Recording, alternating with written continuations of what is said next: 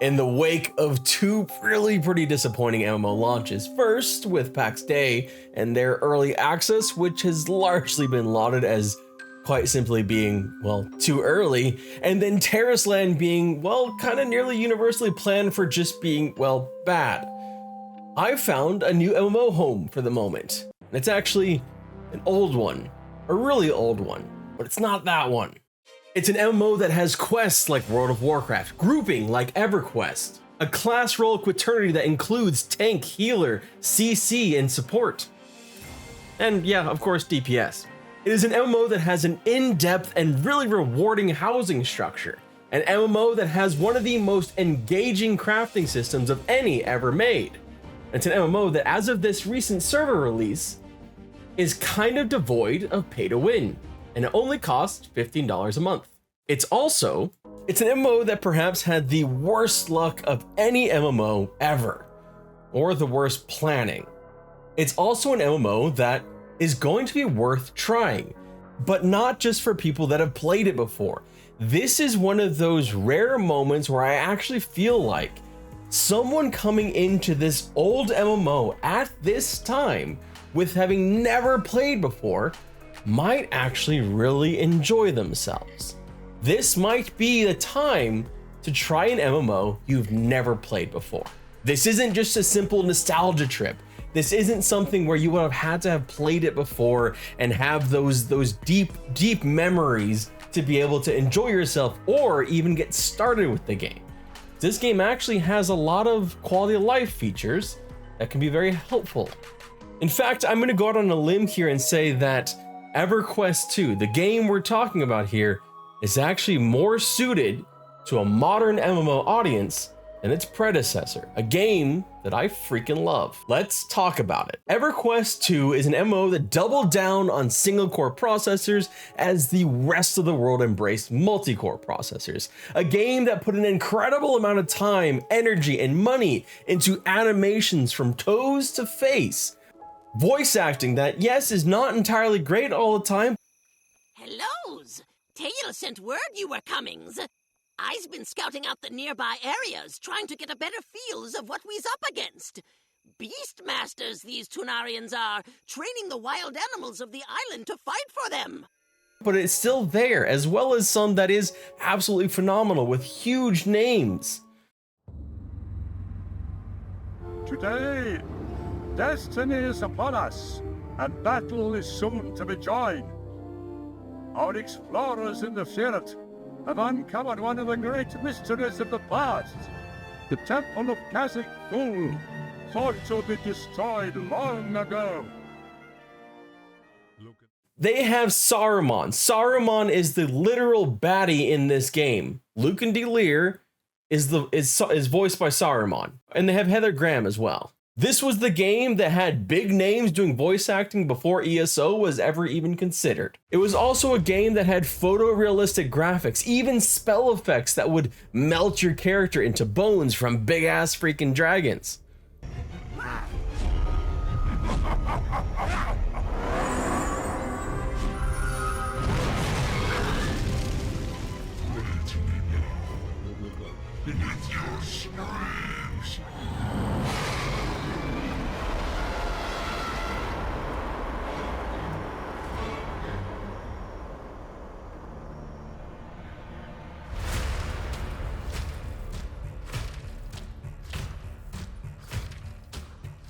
And it did all of this, all these amazing things 2 weeks before World of Warcraft.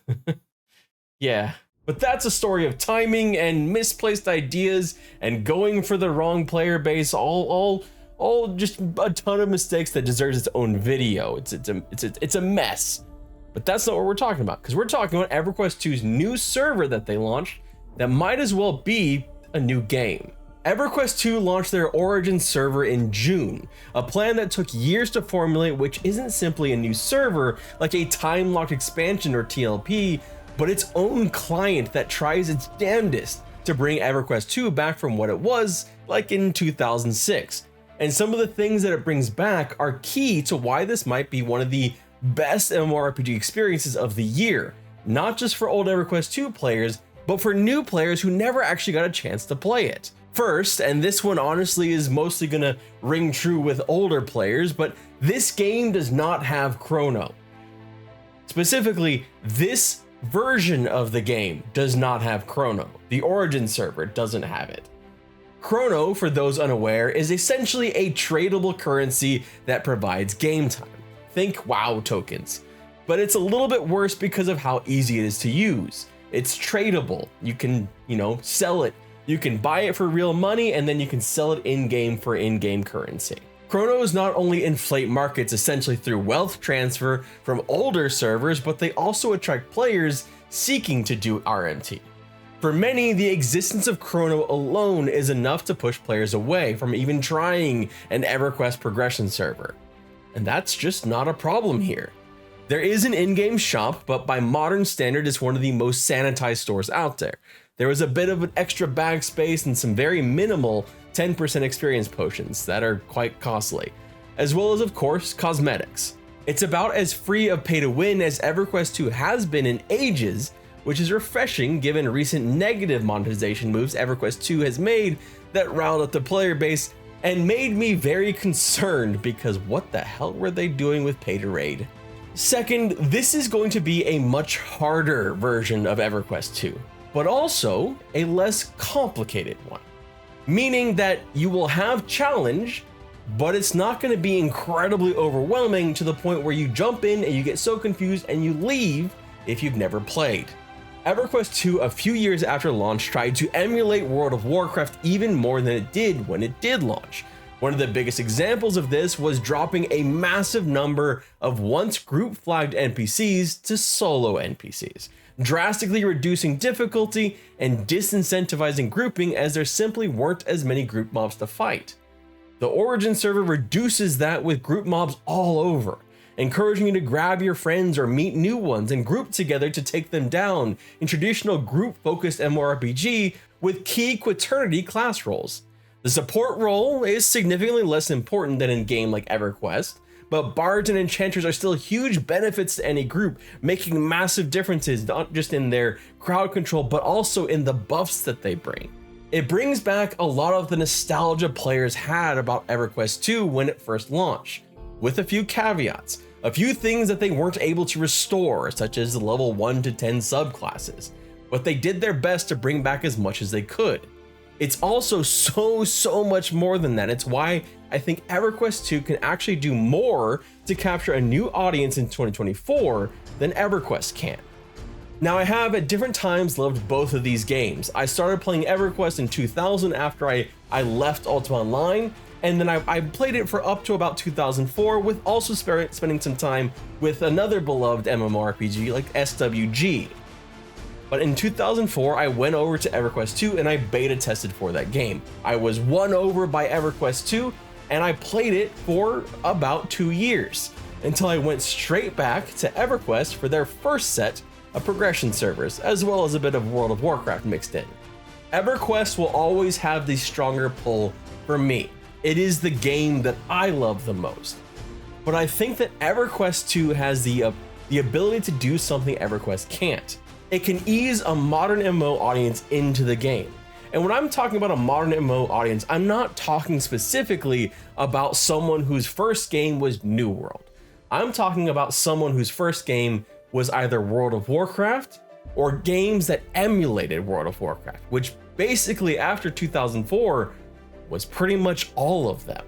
Everquest II has not only a lot of the quality of life things that you would expect in an MMO like World of Warcraft, but also has a lot of the same gameplay loops. It's just a bit more group focused. It has a lot of what World of Warcraft does, from questing to crafting to everything, but more group focus and more non-combat things, but we'll get to the non-combat things here in a sec. It's not just the number of group mobs and the challenge involved. It's not just in the dungeons where you find group mobs. Many of them are in the open world and ready to just kill you on sight, while others are in shared dungeons, not just instance dungeons, so those do exist as well. And those shared dungeons are pretty damn vast. But it's also with how quests are constructed. Many quests in WoW are built with solo in mind, something that becomes painfully clear when you try to complete them in a group and realize that those 12 raptor heads you need, well, they're all physical items, and your entire group needs to individually get all 12. Everquest II for many quests instead has personal flags. So within one quest, you may all need to kill one type of mob to get an item, but the item is a flag, not a physical item. It's a simple difference, but one that's hugely impactful for group questing. Everquest II is also a game that allows you, in fact often encourages you, to just grab a group and go delve into a dungeon for experience, grinding, respawning mobs deep in Runny Eye or Fallen Gates while seeking out names that have the best loot. It's a game that tries to strike a bit of a balance between questing for experience and grouping and grinding for experience. And you will end up doing both to get max level, because it will take some time, especially on this Origin server. Experience is not super fast. But here's where it gets a little bit greater, because you don't have to worry if your friends out-level you, because they can come back and mentor you and group with you. They can play with you even if your schedules don't always line up.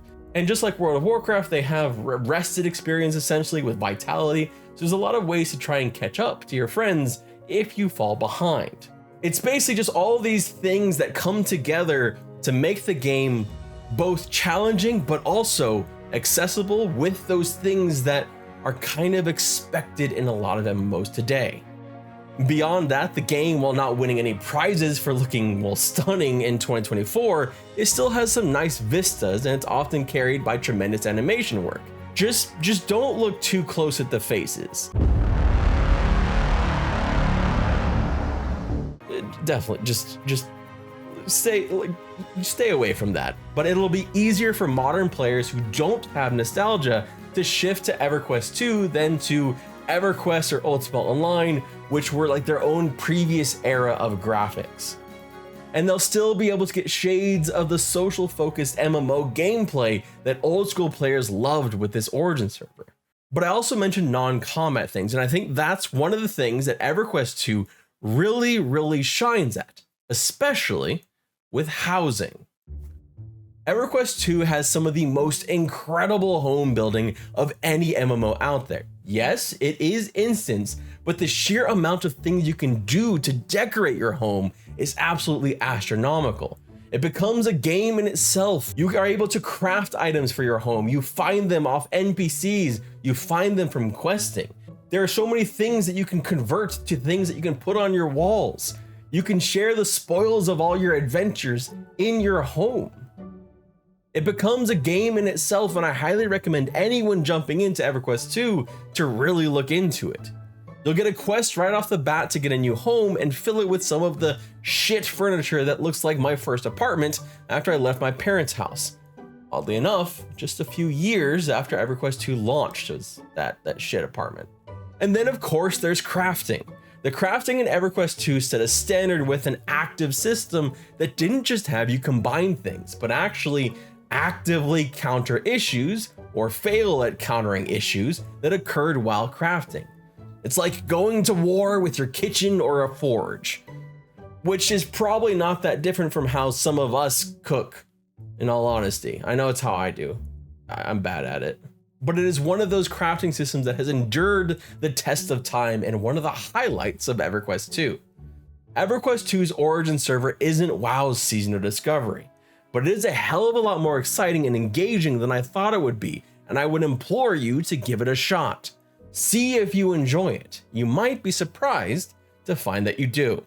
And while you are loading up Everquest II and playing the Origin server, go ahead and take this video right here and just like push it onto your second or third monitor and just play this video right here where we introduce the Scuffed Game Awards, the award show that is on this channel that is all community based, and you may actually get to vote for or against Everquest II this year. Just, you know, don't mind Steve. He's fine. You know, that's what HR told me to say anyway. He's totally fine. My name is Redbeard Flynn. Thank you so much for watching, and I hope you have a wonderful day in Norath 2.0.